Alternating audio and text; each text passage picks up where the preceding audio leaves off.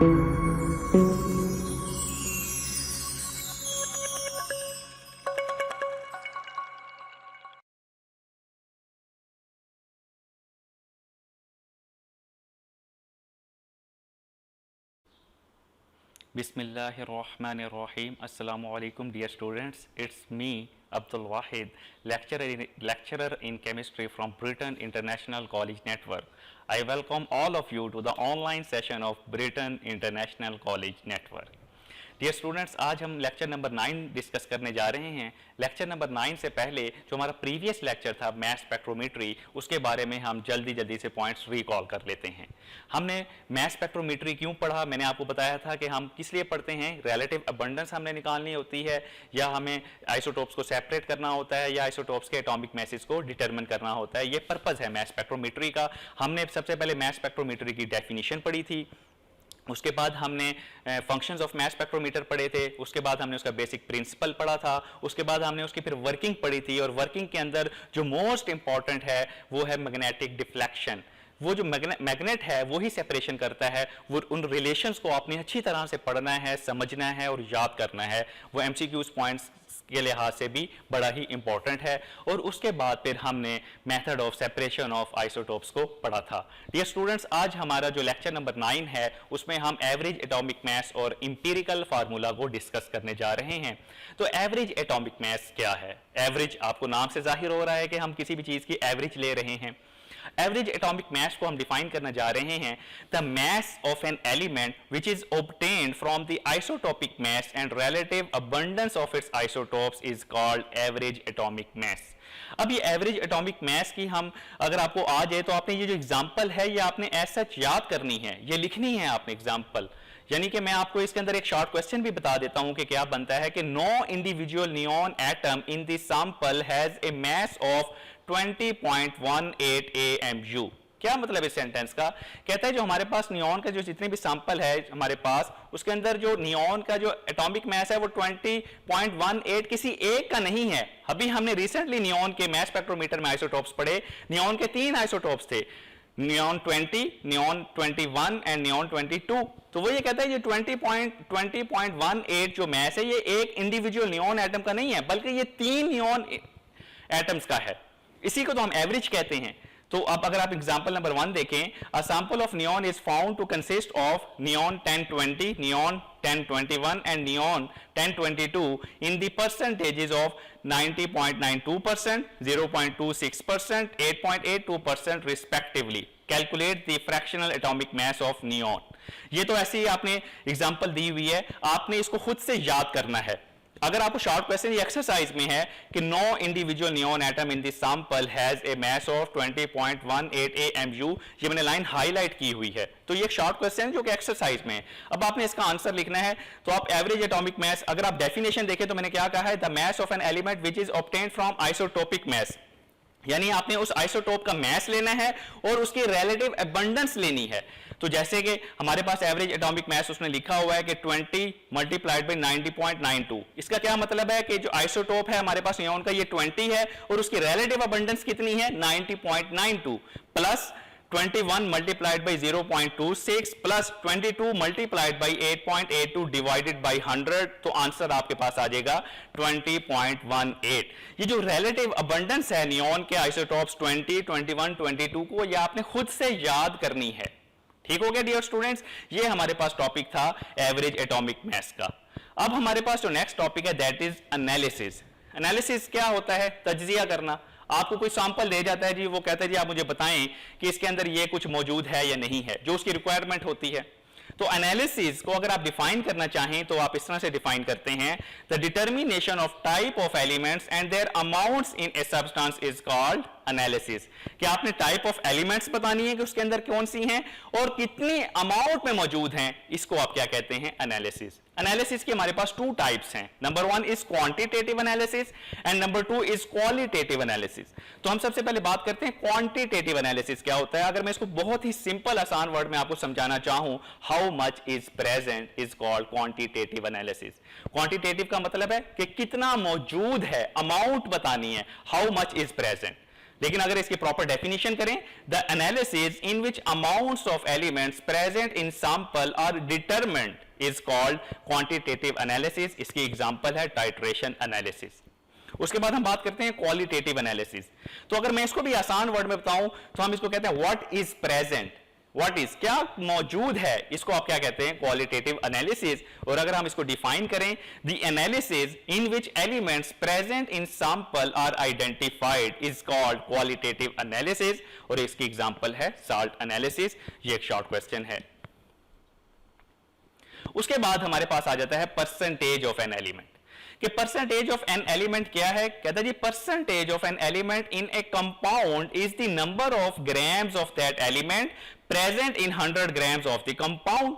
क्या मतलब कि देखिए परसेंट का मतलब ही 100 है कि 100 ग्राम ऑफ कंपाउंड में आपने उस कंपाउंड की या उस एलिमेंट की अमाउंट बतानी है जिसको जो कि आप निकालना चाह रहे हैं। और उसका हमारे पास फार्मूला है percentage of an element is equal to mass of the element in the compound divided by mass of the compound multiplied by 100। क्या मतलब है कि मास ऑफ द कंपाउंड, जो भी कंपाउंड है आपके पास, उसमें से आपने, जैसे फर्ज कर लेते हैं ग्लूकोज है C6H12O6, ये इसका मास ऑफ कंपाउंड आप कैलकुलेट कर लें और उसके अंदर से वो कहते हैं जी मुझे कार्बन की परसेंटेज निकालनी है, तो वो हो जाएगा mass of element in the compound multiplied by 100। Dear students, इसकी हम एग्जांपल डिस्कस कर लेते हैं। एग्जांपल नंबर 2 है हमारी बुक में। स्टेटमेंट है 8.657 ग्राम ऑफ ए कंपाउंड। अब ये मास ऑफ कंपाउंड दे दिया उसने, ठीक है, were decomposed into its elements and gave 5.217 gram of carbon. ये कार्बन के बारे में हमें बता रहा है। 0.962 gram of hydrogen, 2.478 gram of oxygen. Calculate the percentage composition of the compound under study. तो फार्मूला भी हमने पढ़ा है परसेंटेज ऑफ एन एलिमेंट का। अभी रिसेंटली हमने मास of element and mass of compound multiplied by 100। तो अब उसने कहा है परसेंटेज ऑफ कार्बन निकालनी है, तो कैसे निकालेंगे, mass of carbon divided by mass of the compound multiplied by 100। Mass of the compound question में हमें गिवन है, कौन क्या अमाउंट है 8.657 और मास ऑफ कार्बन भी गिवन है, वो है 5.127। इसको डिवाइड करें, मल्टीप्लाइड करें 100 से, तो कार्बन की परसेंटेज आ जाएगी। इसी तरह आप परसेंटेज हाइड्रोजन की और परसेंटेज ऑक्सीजन की इजीली कैलकुलेट कर सकते हैं। उसके बाद डियर स्टूडेंट्स हमारे पास आ जाता है empirical formula. Define empirical formula and how it is calculated. ये एक लॉन्ग क्वेश्चन भी आ जाता है, शॉर्ट क्वेश्चन भी आ जाता है, बट लॉन्ग क्वेश्चन भी बोर्ड में आया हुआ है कि define empirical formula and how it is calculated. Empirical formula क्या है, कहते हैं जी the simplest formula which gives the smallest whole number ratio of all atoms of different elements present in a compound is called empirical formula. Empirical formula basically हमें smallest whole number ratio of atoms के बारे में बताता है present in a compound और molecule. Example है जैसे empirical formula of glucose आपको पता है C6H12O6। अगर हम इसको सिंपलीफाई करना चाहें तो आप इसमें से 6 कॉमन लें, तो 6 की जगह 1 आ जाएगा, 12 की जगह 2 आ जाएगा और 6 की जगह 1।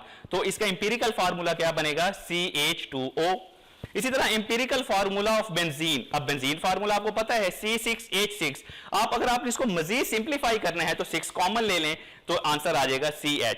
And CH and CH2O is the empirical formula of benzene and glucose respectively. अब हम बात करने जा रहे हैं कि इंपीरिकल फार्मूला को आप कैलकुलेट कैसे कर सकते हैं। ये एक लॉन्ग क्वेश्चन भी आया हुआ है बोर्ड में।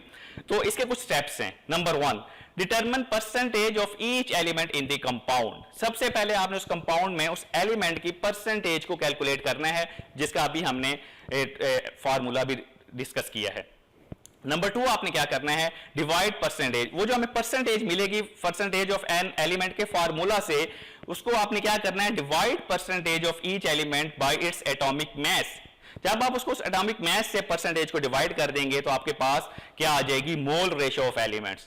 अब वो जो मोल रेशियो है 0.3, divide all mole ratios by the least one, और उसमें से जो छोटी सी मोल रेशियो होगी उसको आपने सबके साथ डिवाइड कर देना है, तो फिर आपको क्या मिल जाएगी, एटॉमिक रेशियो।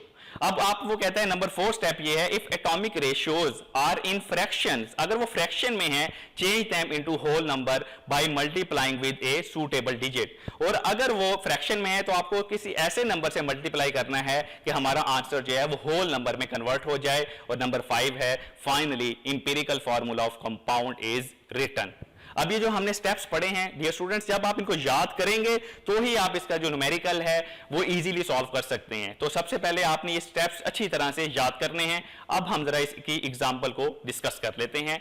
एग्जांपल नंबर 3 हमारे पास, ascorbic acid vitamin C contains 40.92% carbon, 4.58% hydrogen and 54.5% of oxygen by mass.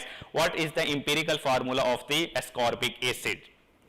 ये स्टूडेंट्स हमारे पास अगर आप देखें गौर करें तो परसेंटेज तो दी हुई है, तो हमारा जो फर्स्ट स्टेप है वो तो एलिमिनेट हो गया, वो तो हमें परसेंटेज तो कैलकुलेट करनी ही नहीं पड़ी। क्यों? परसेंटेज तो गिवन है, क्योंकि उसने बता दिया 40.92% कार्बन, यानी कार्बन की परसेंटेज गिवन है। अब हमने क्या करना है, नंबर 2 जो परसेंटेज है आपने उसके उस एलिमेंट से डिवाइड कर देना है। यानी कि अगर आप परसेंटेज ऑफ कार्बन, अब आप number of gram atoms of carbon निकालना चाह रहे हैं तो कार्बन के एटॉमिक मास को आपने परसेंटेज जो कार्बन की क्वेश्चन में गिवन है उसको डिवाइड कर देना है उसके एटॉमिक मास से।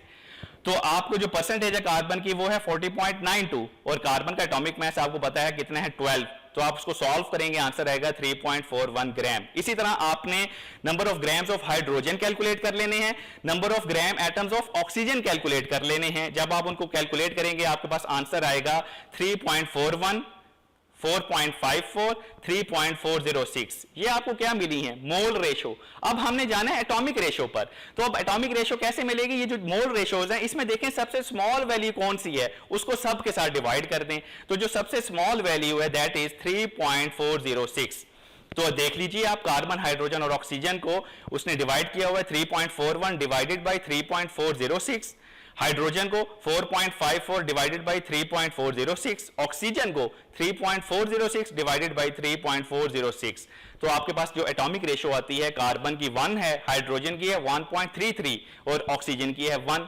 तो देखें एटॉमिक रेशो हमारे पास फ्रैक्शन में आ गई है, तो हमने कहा अगर एटॉमिक रेशो फ्रैक्शन में आ जाए तो आपने उसको एक सूटेबल डिजिट के साथ मल्टीप्लाई करके होल नंबर में कन्वर्ट कर देना है। तो अब हम इसको होल नंबर में कन्वर्ट करने के लिए क्या करते हैं, एटॉमिक रेशो को 3 से मल्टीप्लाई करते हैं। तो जब 3 से मल्टीप्लाई करेंगे तो आंसर आएगा कार्बन के 3 आ जाएगा, हाइड्रोजन का आ जाएगा 3.99 और ऑक्सीजन का भी 3 आ जाएगा, और 3.99 को आप राउंड ऑफ करके क्या कर सकते हैं 4।